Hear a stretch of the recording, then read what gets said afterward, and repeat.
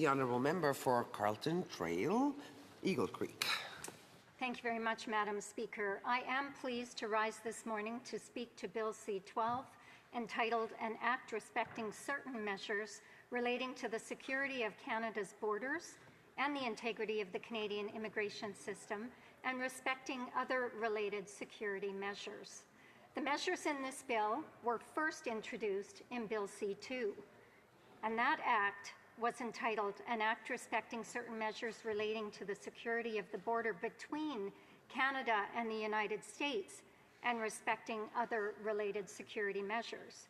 And I mention this because this Bill C-2 was tabled in this place and briefly debated last June. However, it was loudly criticized by civil liberty and privacy groups. It included a number of provisions that were not only concerning to our Conservative caucus, but to many Canadians as well. There were provisions that would allow, and I will list them, Canada Post to open any mail, including letters, without a warrant. It would allow them to ban cash payments and donations over $10,000. It would have allowed for warrantless access to personal information. It would allow for the government to compel electronic service providers to re-engineer their platforms to help CSIS and the police access Canadians' private information, and it would allow the government to supply financial institutions with personal information if that information is useful for money laundering and terrorist financing purposes. These provisions were the reason that Conservatives opposed the Liberals' attempt at gaining sweeping powers and warrantless access to violate Canadians' civil liberties. Let's be clear, the Liberals' solution to the problems they created over the last 10 years was to grant them more power.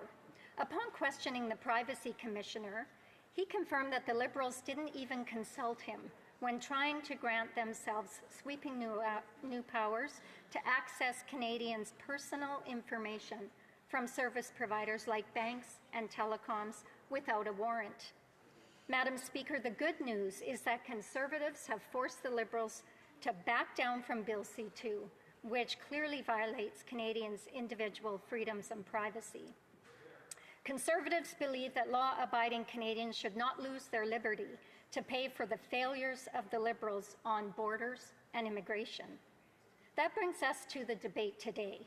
The Liberals introduced C-12, which took many of the parts of C-2 that Conservatives fought to have removed out. The parts of the bill that remain, which we are discussing today, begin to take steps on addressing the many issues that have seen nothing but inaction from this government over the past 10 years. Although there are provisions for the CBSA laid out, let's talk about the very real challenge the CBSA is facing that the Liberals are not addressing with this bill. They promised to hire 1,000 new CBSA personnel, though according to the Public Safety Minister, it's not his job to hire them, which would explain why the Liberals have waited 10 years to take measures on border security. 99% of all shipping containers are not currently scanned to see what's inside. Where is the plan to purchase and deploy these tools to crack down on the amount of smuggling that is happening through our ports? Our brave men and women who work at the CBSA protect the front line of our nation's defense. They deserve real, meaningful action from the government to help them and equip them with the tools they need to help keep Canadians safe. They need action from their government. Conservatives believe in the important work that they do, and we will continue to offer solutions and clearly define measures to assist them in doing the work of keeping our border secure.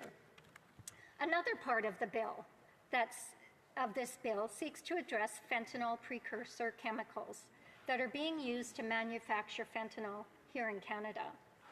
Though we welcome any efforts to crack down on the drug epidemic facing our communities, it seems the Liberals are more content with simply blaming the chemicals and not the criminals who manufacture and distribute deadly fentanyl onto our streets. Of all apparent opioid toxicity deaths from January to June of 2024, 79% involved fentanyl. The amount of emergency room visits for opioid-related poisonings have more than doubled since 2018.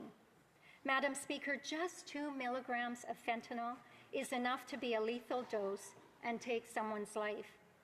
Dealing fentanyl should be punished the same as murder because it is effectively murder. If a fentanyl kingpin traffics just 40 milligrams, it is enough to kill 20 people. There needs to be serious deterrence, not simply banning the ingredients that make the illegal drug they're selling to vulnerable Canadians. And the Liberals continue to push for what they call safe consumption sites near schools. At the Health Committee, the Conservative member from Dauphin Swan River, Nipawin, and Shadow Minister for Health called on the Liberals to shut down fentanyl consumption sites next to children. However, the Liberal minister refused to rule out approving more consumption sites next to schools and daycares, despite acknowledging they are repositories for rampant fentanyl usage. This bill does not meaningfully look to defend the victims of the fentanyl crisis either. Since the Liberals took office, all violent crime is up 50% from 2015 to 2023. More laundering and organized crime have found a home in Canada. The solution the leaders proposed in C-12, give them sweeping powers to spy on individual Canadians.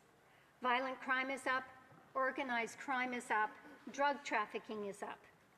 Even if you are caught by the Liberal justice system, house arrest is still permissible for some of the most serious offences. While this government has allowed violent crime to rise all across this country, they allow violent offenders out on bail or house arrest so they can return to the very community they are a danger to. For years, Conservatives have been proposing measures to crack down on criminals and to put the charter rights of victims ahead of their abusers.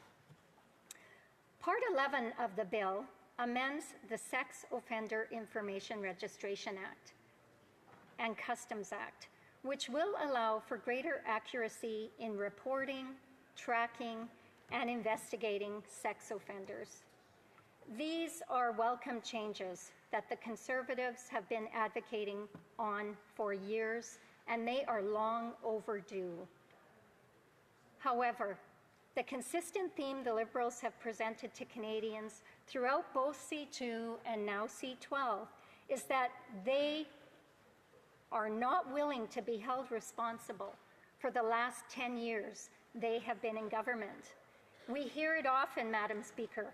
While they would have Canadians believe, while the Liberals would have Canadians believe that they are a new government, just now learning of these problems, they are not. They have been in power for 10 years and are responsible for this mess. And giving them more power to fix it is not the answer. One thing is very clear, Madam Speaker. Only Conservatives will continue to stand up for Canadians' individual freedoms and privacy. In closing, only Conservatives will continue to advocate on behalf of Canadians. We will examine this bill thoroughly to ensure that the Liberals don't try to sneak in measures that breach law-abiding Canadians' privacy rights. Thank you, Madam Speaker.